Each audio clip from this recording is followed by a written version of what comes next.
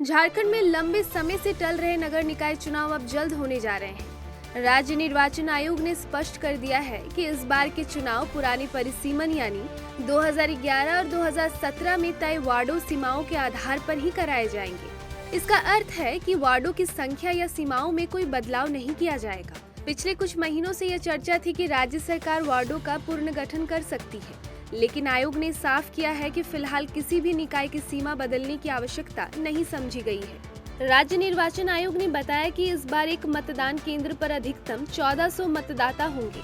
विधानसभा चुनाव में यह संख्या 1200 थी, लेकिन शहरी क्षेत्रों की जनसंख्या घनत्व को देखते हुए इसे बढ़ाया गया है। मतदाता सूची का अद्यतन कार्य लगभग पूरा हो चुका है और अब चुनाव की अधिसूचना जारी करने की तैयारी अंतिम चरण में है।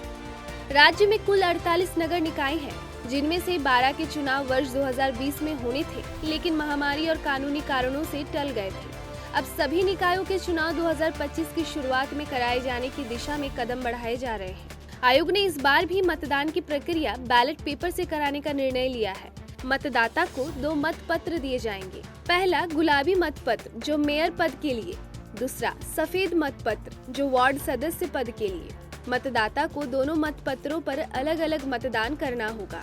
झारखंड हाईकोर्ट ने हाल ही में 10 नगर निकायों में चुनाव कराने की अनुमति दी है, जिन पर पहले कानूनी विवाद लंबित थे। अब इन नगरों में भी आयोग कार्यक्रम जारी करेगा। अब जानते हैं कहां हो रहे नगर निकाय चुनाव।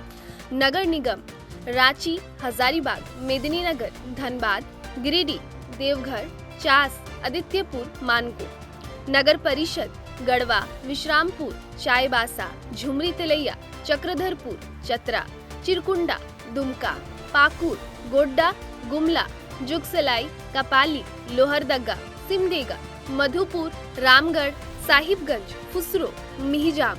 नगर पंचायत बंशीधर नगर, मझियाओं, हुसैनाबाद, हरिहरगंज, छतरपुर, लातेहार, कोडरमा, डोमचांच, बड़की सरिया, धनवार, महागामा, राजमहल, बरहरवा, बासुकीनाथ, जामताड़ा, बुंडू, खूंटी, सरायकेला, चाकुलिया।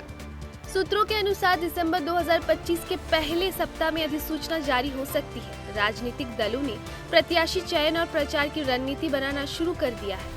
विशेषज्ञों के अनुसार यह चुनाव न केवल स्थानीय निकायों की दिशा तय करेगा, बल्कि राज्य की आगामी विधानसभा राजनीति पर भी प्रभाव डाल सकता है।